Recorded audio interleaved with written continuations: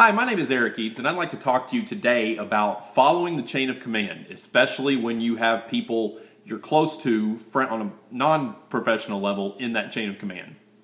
Now, a chain of command is a hierarchy of the company's organization. It shows who's on top, like the owner or the president of the company, and it goes down to different levels of management, all the way down to the worker bee. Now, being an Air Force veteran, as I am, it's kind of easy for me to understand what the chain of command is. I have a supervisor who has a supervisor who has a supervisor. Usually, as a non-commissioned officer, I usually had a senior non-commissioned officer underneath a junior officer, underneath a colonel, and on and on and on, all the way up to, yes, the president, who is the commander-in-chief. So it was easy to see where my organization went to. Being in that chain of command, I know the pitfalls of what can happen when you don't follow the chain of command, and I know what can happen when you do follow the chain of command.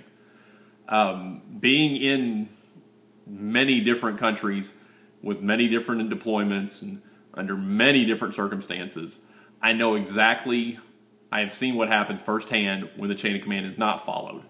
When you're deployed like that, it causes mistrust and miscommunication, which will definitely pop up if you are not following your chain of command. My call to action today is, if you have friends that are not directly above you in the chain of command, but they are in your chain of command, do not, I repeat, do not bypass your immediate supervisor and take your problem to your friend just because you know your friend. Some problems doing this: first of all, it's a lack of respect. When you have a supervisor that is above you but is not your friend, but you have a friend who is his boss, when you take your problems to your friend, although he'll probably help you solve your problem, the first thing he's going to wonder is, well, now, wait a minute.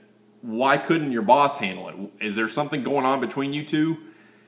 And it leads to more problems than you need to be dealing with.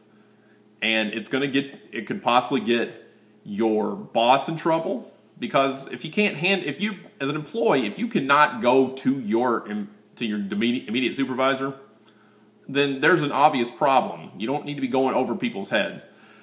Like I said, miscommunication and mistrust are two very, very big things that can happen. If you go above your supervisor and they say something, but then your supervisor says something completely different, it leads you to wonder, okay, who do I follow? Do I follow his boss or my boss? I've been in that situation accidentally, and I followed my direct supervisor. Now, when everything hit the fan, I ended up having to take the blame for it, but my direct supervisor also took the blame for problems happening. You don't want that. You don't want any miscommunication. Also, it can lead to mistrust, because the more you go through this with a supervisor, and the more you go over the supervisor's head, the more chance you're going to have of mistrust, and now you can't trust your supervisor can't trust you, and it leads to it can grind everything to a halt, and you do not want that, because you do not want to make your boss look bad, because if you have a vindictive boss, you could be in for a lot of trouble if you make them look bad. So my solution is, first of all, set up a clear order of leadership. You need to, it has to be ingrained in everybody's head. Look, you talk to him. Don't come to me until you've talked to him. That's what when I was in the military, that is what they ingrained in us. Do not talk to me unless you've talked to him first. Because if you haven't talked to him, I'm going to send you out, and you're going to discuss your problem with your supervisor. Bosses, upper management level bosses, need to understand what their employees' strengths are, and possibly give them responsibilities that go directly towards their strengths. You don't want somebody who is an electrician building a house. You want them coming in after the house is built and then doing the wiring. But if you have an electrician trying to do framing work, you're going to have a house that's like this, or this, or this. It will not work. So delegate certain areas of business to go with your employees' strengths. Let them do what they are good at, and you more than likely will be able to keep these bad incidents to a minimum. Supervisors also need to adopt an open door policy. That'll encourage honest communication and feedback. The one thing that you do not want is gossip and talking behind your back about supervisor because you can't go to your supervisor because there is that mistrust or miscommunication that has happened.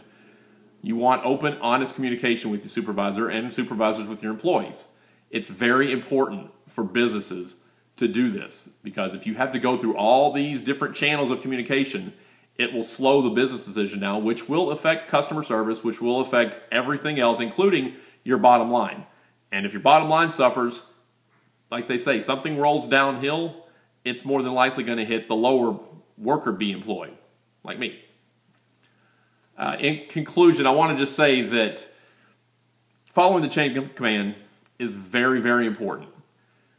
In the field of battle, it could be the difference between life and death. And that's not overstating it. It can be the difference between life and death. In business, it can be the difference between profit and loss. It's really simple, the differences that can happen, the different things that can happen if you do follow the chain of command and if you don't follow the chain of command. My plea to you is even if you have a friend who is a couple levels above you and you know you can talk to him and you know that he will help you out with your problem, do not do it unless you've spoken with your supervisor, unless your supervisor said, you know what, take this above me because this is above my pay grade. I cannot handle this question. Please, please, please do not bypass your immediate supervisor. This has been Eric Eads with a lovely report on the chain of command, and I hope you enjoyed this as much as I enjoyed giving it to you. Happy holidays.